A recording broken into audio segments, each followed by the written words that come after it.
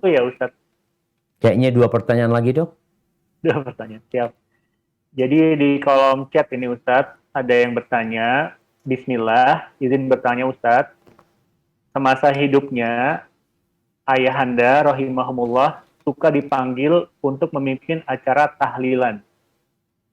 Karena tidak tahunya kalau acara tersebut adalah bid'ah. Selama hidupnya beliau disiplin beribadah dan senang tolabul ilmu. Pada masa uzur, beliau senang sekali bersolawat dan senang membaca Al-Fatihah dalam keadaan berbaring. Apakah ibadah selama hidupnya tertolak, Ustadz? Karena ketidaktahuannya mengenai tahlilan ini. Mohon pencerahan Ustadz. Syukran, jazakallahu khairan. Barakallahu fiik. Ahibati fillah. Allah itu maha baik dengan hamba. Sehingga ada orang-orang yang tidak tahu, ada orang yang tidak mengerti, dan kita tahu bahwasanya Allah berfirman, "Wa ma kunna mu'adzibina hatta nab'atha rasulah." Bahwa kami tidak akan memberikan hukuman, memberikan sanksi sampai kami mengutus utusan kami. Sehingga Allah utus utusannya dan mereka tidak akan diadab sampai ilmu kepada mereka. Kemudian ada orang-orang yang tadi mungkin dia memiliki amalan-amalan yang tidak sesuai dengan sunnah. Tapi dia juga punya amalan-amalan yang sesuai dengan sunnah. Bagaimana dia membaca sholawat, ya, bagaimana tadi dikatakan dia suka membaca Al-Fatihah, membaca Al-Quranul Karim, suka berzikir, ya. Jadi nanti akan ada penimbangan amalan.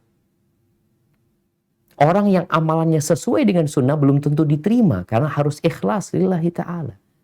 Syarat diterimanya amalan kan 2. Ikhlas dan sesuai dengan tuntunan Nabi SAW. Sebagian amalan orang mungkin ada yang tidak sesuai dengan sunnah.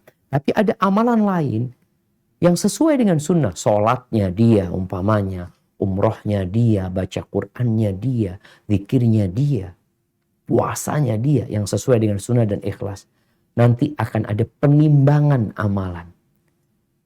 Dan Allah mengatakan, فَأَمَّا مَنْ ثَقُلَتْ مَوَازِينُهُ فَهُوَ فِي عِيشَةٍ رَاضِيَةٍ. Barang siapa yang amal kebaikannya berat, maka dia akan masuk surga Allah Azza wa Jalla. Tapi kalau ternyata amal kebajikannya ringan, boleh jadi tadi banyak amalannya, tapi karena tidak ikhlas, jadi ringan. Karena tidak sesuai dengan sunnah Nabi SAW, jadi tadi karena tertolak.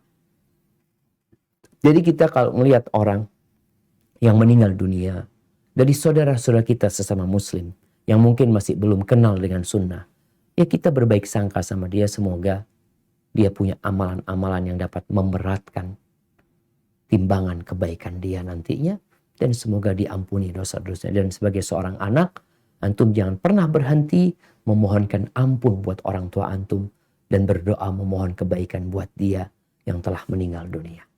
Barakallahu fiik.